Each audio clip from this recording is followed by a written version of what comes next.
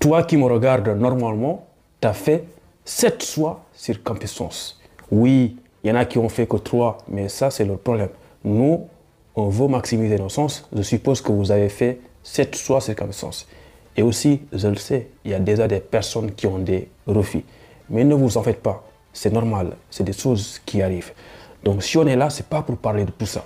Les gars, je pense qu'il y a beaucoup de gens qui se posent la question à savoir, est-ce que si je reçois un refus ou bien deux refus, est-ce que ça va influencer les autres réponses? C'est exactement ce qu'on va voir dans cette vidéo-là. Donc, reste jusqu'à la fin. Mais avant de commencer, je vais raconter une petite histoire. Voilà. Déjà, les gars, il faut savoir qu'il y a très longtemps, Campus Sens, ça existe depuis longtemps. Et en fait, les choses changent, voilà, avec l'évolution des années, tu vois.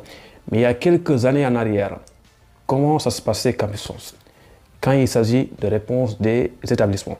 Qu'est-ce qui se passait? En gros, quand tu fais tous tes choix, on va envoyer ton dossier aux universités que tu as choisies. Qu'est-ce qui se passe après? En fait, on n'envoie pas forcément ton dossier à toutes les universités en même temps. En fait, tu faisais tes choix par ordre, en fait. Si tu fais l'Université de Paris en première position, ton dossier sera envoyé à l'Université de Paris. Donc, si tu avais choisi Tours et Orléans, eux, ils ne vont pas voir ton dossier. Il faut d'abord que l'Université de Paris que tu as choisi en premier, ils vont étudier ton dossier. Et quand ils ont fini, ils ne t'ont pas accepté. Et là, en ce moment, ils vont t'envoyer un refus et en même temps, ton dossier sera envoyé à une université que tu avais choisi en deuxième position. Et ainsi de suite. Si on te refuse, ton dossier est envoyé à ton troisième choix.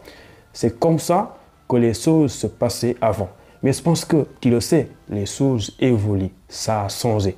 Aujourd'hui, au moment où je vous parle, ça ne fonctionne pas comme ça. Donc, c'est ça qu'on va voir dans cette vidéo-là. Maintenant, mon pote, je pense que tu me connais maintenant. Je vais te demander deux choses très très simples, gratuites. C'est cadeau. Première chose, pense à aimer la vidéo. Évidemment, si tu aimes les vidéos, tu cliques sur like. Deuxième chose, si tu es nouveau, si encore tu n'es pas abonné, tu peux le faire parce que c'est gratuit. Ce n'est pas payant. Voilà. Maintenant, une fois que c'est bon, donc les gars, comme je l'ai dit au début de la vidéo, les refus vont arriver. Maintenant, je vous comprends parce que moi-même, j'ai eu des refus quand j'étais au Sénégal. Souvent, ce qui se passe, c'est que si tu as un refus, voilà, tu as un refus aujourd'hui, demain tu as un refus, tu te décourages en fait parce que tu te dis, ok, mon dossier n'est pas bon, j'aurai peut-être 7 choix, 7 refus. Évidemment, c'est une chose qui est possible, ça arrive à beaucoup d'étudiants. Mais attention, ce que je suis en train de raconter dans cette vidéo-là, c'est que si vous avez aujourd'hui un refus, ça n'a rien à voir avec les autres réponses. Comme je l'ai dit en début de vidéo, avant, c'était comme ça. Parce que si Paris vous refuse et que votre dossier est envoyé à une autre université, forcément, je pense que ça va un peu influencer les choses. Parce qu'eux, ils savent que voilà, il y a Paris qui vous a refusé, donc c'est à nous d'étudier ce dossier, donc ça influence les choses. Mais aujourd'hui, qu'est-ce qui se passe? C'est que déjà, ce qu'il faut comprendre, c'est qu'il y a des critères d'admissibilité qui ont été établis, des critères d'admission, disons. Et ces critères d'admission-là sont différents d'une université à l'autre. Et souvent, l'université de Paris ne connaît pas forcément quels sont les critères d'admission de l'université de Toulouse. Donc, ce qui se passe, c'est qu'aujourd'hui, si tu as fait ton entretien, ton dossier va être envoyé à toutes les universités que tu as choisies. Et ils ne sont pas là pour attendre que Paris étudie ton dossier et après ils vont l'envoyer à l'université de Tours. Non, ça ne fonctionne pas comme ça. Toutes les universités sont envoyées, reçoivent ton dossier et ils le traitent différemment en fait. Chaque université avec ses critères d'admission. Mais moi, je pense qu'il y a des critères d'admission, il y a des choses auxquelles tu devrais avoir peur et d'autres non. On va prendre l'exemple d'un critère d'admission qui est le niveau en français, ton niveau en français. Je pense que tu le sais, pour étudier en France, l'une des choses les plus importantes, c'est ton niveau en français. Évidemment, on ne te demande pas de bien s'exprimer, parler comme Victor Hugo ou bien Molière, même avec mon niveau en français qui est peut-être nul à chier pour certains. Avec ça, tu peux t'en sortir en France. Voilà. Donc mon pote, le niveau de français, je suis désolé, mais c'est important pour toutes les universités en France. Donc qu'est-ce que je suis en train de raconter? C'est qu'aujourd'hui, si l'université de Paris te refuse parce que tu n'as pas le niveau en français exigé, donc tu devrais s'inquiéter en fait. Il faut s'inquiéter parce que comme Paris t'a refusé à cause de ton niveau en français, c'est possible que l'université de Tours ou bien d'Orléans aussi te refuse parce que ton niveau en français est faible. Là, c'est surtout les étudiants marocains ou algériens qui doivent faire un test de langue qui devront s'inquiéter. Si tu es sénégalais ou bien malien, il n'y a pas de souci, tu as un niveau B2 minimum. Même si nous on se connaît à l'université, les gens comme moi, ils ne parlent pas bien français, tu vois.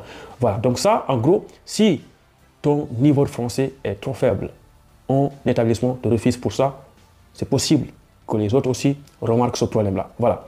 Et une deuxième chose auquel tu devrais s'inquiéter en tant que candidat, c'est qu'aujourd'hui, s'il y a déjà une université qui t'a refusé pour incohérence de ce que tu as choisi et ce que tu fais actuellement, ou bien incohérence de ton dossier, tu devrais avoir peur en fait. Parce que, qu'est-ce qui se passe? C'est qu'aujourd'hui, s'il y a Paris qui t'a refusé parce que ce n'est pas cohérent, c'est-à-dire qu'eux, ils ont regardé, ils ont vu qu'il y a un problème dans ton dossier. Donc évidemment, ça peut influencer les autres réponses. Parce que de la manière dont ils ont remarqué un problème dans ton dossier, l'autre université, Tours ou bien Orléans ou bien Marseille, eux aussi, ils peuvent remarquer ce problème-là. Donc s'il y a incohérence, c'est incohérent pour tout le monde, quoi. Si aujourd'hui tu fais géographie et que tu postules, c'est un exemple, hein, tu postules en histoire. Si l'université de Paris remarque ce problème-là, évidemment, l'université d'Orléans, ils vont aussi remarquer ce problème-là. Donc attention, un refus, incohérence, ça peut influencer les autres réponses. Mais tout ça, ça dépend de beaucoup de facteurs. Maintenant, il y a deux choses auxquelles tu ne devrais pas s'inquiéter, en fait, tu ne dois pas avoir peur de ces deux choses-là, ces deux refus. En fait, la première chose, si aujourd'hui tu as fait cette choix et qu'il y a une université qui te refuse pour niveau insuffisant, pourquoi je dis que ça ne va pas influencer les autres réponses? Comme je l'ai dit au début de la vidéo, chaque université avec ses critères d'admission. Donc aujourd'hui, c'est bien possible que l'université de Paris reçoit ton dossier, il regarde, il voit que ce gars-là, il est nul à chier, niveau insuffisant, il a 12 en maths, il n'est pas fort. Voilà, niveau insuffisant, refus. Voilà, c'est possible que Paris te dise une telle chose.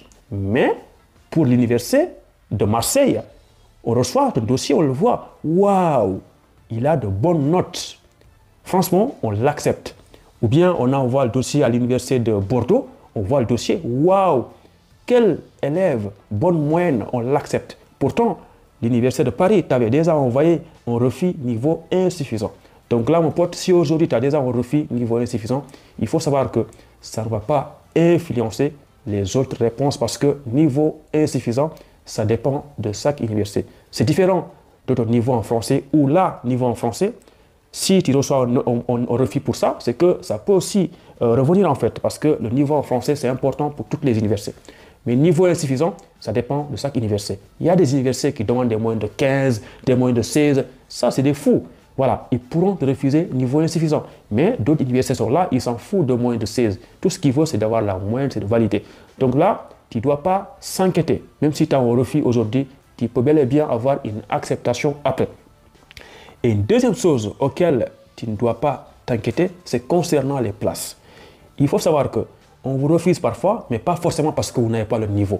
Pas forcément parce que c'est incohérent. Mais parfois, on vous refuse juste parce qu'il n'y a pas assez de place. Oui, parce qu'il y a des universités, qu'on se dise la vérité, il y a beaucoup de personnes, beaucoup de candidats qui choisissent ces universités-là. Aujourd'hui, si tu postules à Paris, Sorbonne, forcément, d'autres étudiants aussi vont postuler là-bas, beaucoup même. Donc, dans ces cas-là, on peut te refuser par problème de place. Le nombre de places est limité en fait.